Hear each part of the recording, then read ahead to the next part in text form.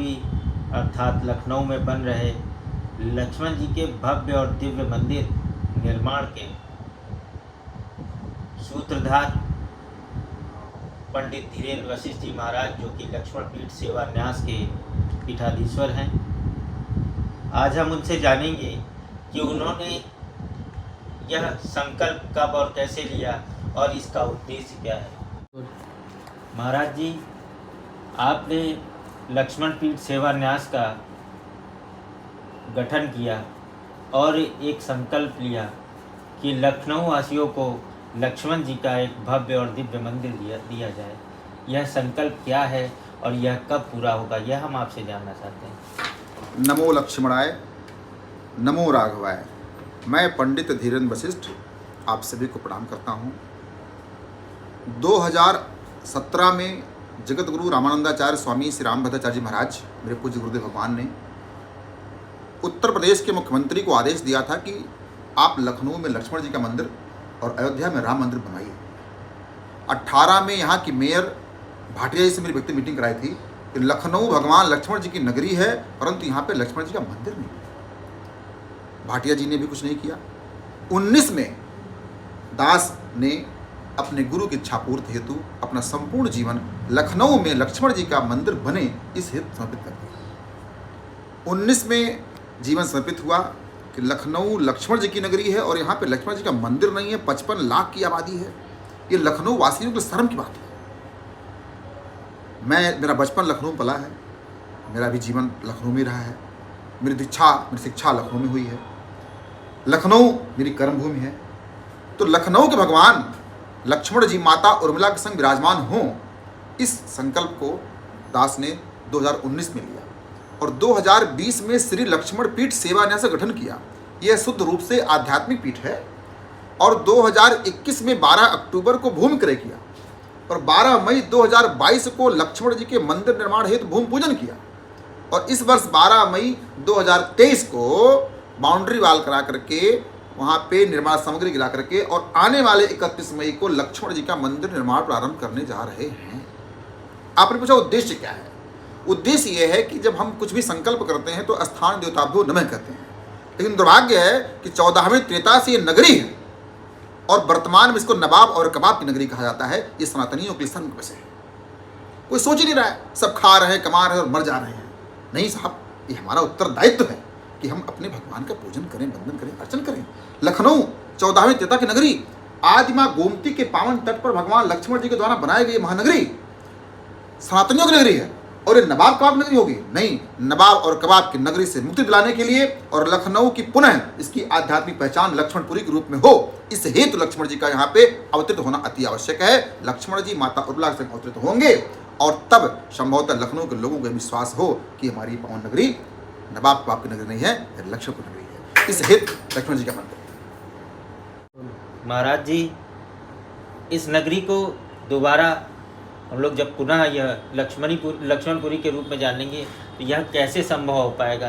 कैसे आप इसका इस संकल्प को पूरा करेंगे? बहुत ही उचित प्रश्न आपने पूछा। किसी नेता के द्वारा, किसी बहुत बड़े औद्योगिक जगत व्यक्ति द्वारा बनाया जाएगा तो नहीं जाना जाएगा, लेकिन जब एक संत परंपरा से पूरे भारतवर्ष में लक्ष्मणपुरी के नाम पे इसका प्रसार करेगा तो यह ऑटोमेटिकली हो जाएगा। मेरा जो योजना है वो योजना ये है कि भारतवर्ष के 108 स्थानों पे लक्ष्मण जी का, माता उर्मिला जी का मंदिर बनेगा और यह लखनऊ इसकी आध्यात्मिक पीठ होगी, प्रमुख पीठ होगी, यहीं से ही संचालित होगा। हम गंगा सागर में 1 बीघा जमीन खरीदने जा रहे हैं। गंगा सागर, हम नासिक में 1 बीघा जमीन खरीदने जा रहे हैं। हम जहाँ जहाँ भगवान राम के साथ लक्ष्मण जी गए और भगवान की सेवा किया, उन समस्त स्थानों पर प्रयास करेंगे कि 108 स्थानों पर लक्ष्मण जी का, उर्मिला जी का इंडिपेंडेंट मंदिर बने और इसका केंद्र बिंदु लक्ष्मणपुरी हो। संत जो चाहे सो कर सकता है। परंपरा में शक्ति होती है जो हमें आजीवन पालन करने पर बाध्य कर देती है। भारत सरकार नियम बनाए कि शायद टूट जाए, लेकिन जो संत परंपरा में चल पड़ता है तो चलता रहता है। तो विधान ऐसा बना कर रखा गया है कि लखनऊ आध्यात्मिक नगरी होगी। लखनऊ उतनी पवित्र है जितना काशी, मथुरा, वृंदावन है। इस बात को मुझे बताना होगा और प्रभु कृपा करें भगवान श्री राम का मंदिर जिस दिन पब्लिक के लिए खुल जाएगा उस दिन ये कहना है साहब लक्ष्मणपुरी नगरी भगवान लक्ष्मण जी की है। जो अयोध्या आएगा जब तक ये मंदिर दर्शन नहीं करेगा तब तो उस यात्रा पूरी नहीं होगी। तो ये सहजता से होगा और संत दास ने अपना संपूर्ण जीवन इस काम के लिए दिया है और ये होगा, दृढ़ विश्वास है। महाराज जी, संत समाज ने समाज को बहुत कुछ दिया है, और कोई गौ सेवा के रूप में और कोई अनाथालय के रूप में हर तरीके से लोगों ने जो है अपने अपने तरीके से लोगों की सेवा की है। क्या आपके द्वारा भी मैं समझ संगठन? गया, हाँ मैं समझ गया आपके प्रश्न को, मैं समझ गया। हाँ, संत का परिभाषा जानिए पहले। सा मतलब समस्या, अंत मतलब अंत, और सा मतलब समाज। जहाँ पे समाज की समस्या का अंत हो वही संत है। समाज की विकट समस्या है, हम सनातनियों ने फ्लैट बना लिए तो गौ माता को छोड़ दिया और विधर्मियों ने गौ माता की हत्या करके काट के खा लिया। संतों को समझ में आया कि मेरी गौ माता मारी जा रही है, तो संतों ने गौ सेवा प्रारंभ किया। आज भारत में लाखों संत महात्मा ऐसे हैं 2000, 4000, 20,000, 50,000 गौ माता का पालन करते हैं। बीच में समाज में एक और पाप हुआ, महापाप हुआ कि लोगों ने अवैध संबंध स्थापित करके बालक बालिका पैदा करके नाले किनारे फेंक दिया। ये घटनाएं बहुत आई।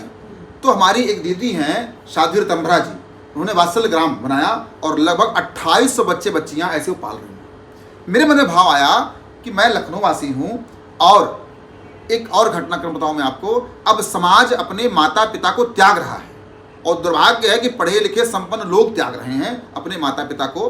तो मुझे लगता है कि मैं इस पर कार्य करूं तो माता उर्मिला के नाम पर 45 कमरों का माँ उर्मिला सनातन निराश्रित आश्रय, ऐसे माता पिता भाई बहन जो किन्हीं भी कारणों से अकेले हो गए हैं अपने पूरे जीवन में, तो लक्ष्मणपुरी में श्री लक्ष्मण पीठ सेवा न्यास उनके रहने हेतु, उनके भोजन हेतु निःशुल्क व्यवस्था करने हेतु वहाँ पे 45 कमरों का माता उर्मिला जी के नाम पे माँ उर्मिला सनातन निराश्रित केंद्र का भी निर्माण करेगा। तो हम ऐसे माता पिता जिन्होंने अपने बालक को संस्कार नहीं दिया और उसका फल भोग रहे हैं, मनुष्य हैं, मैं संत हूँ, इस समस्या का समाधान हेतु मेरा ये प्रयास होगा ऐसे लोग यहाँ पे आएँ और रहें, उनसे कोई शुल्क नहीं है।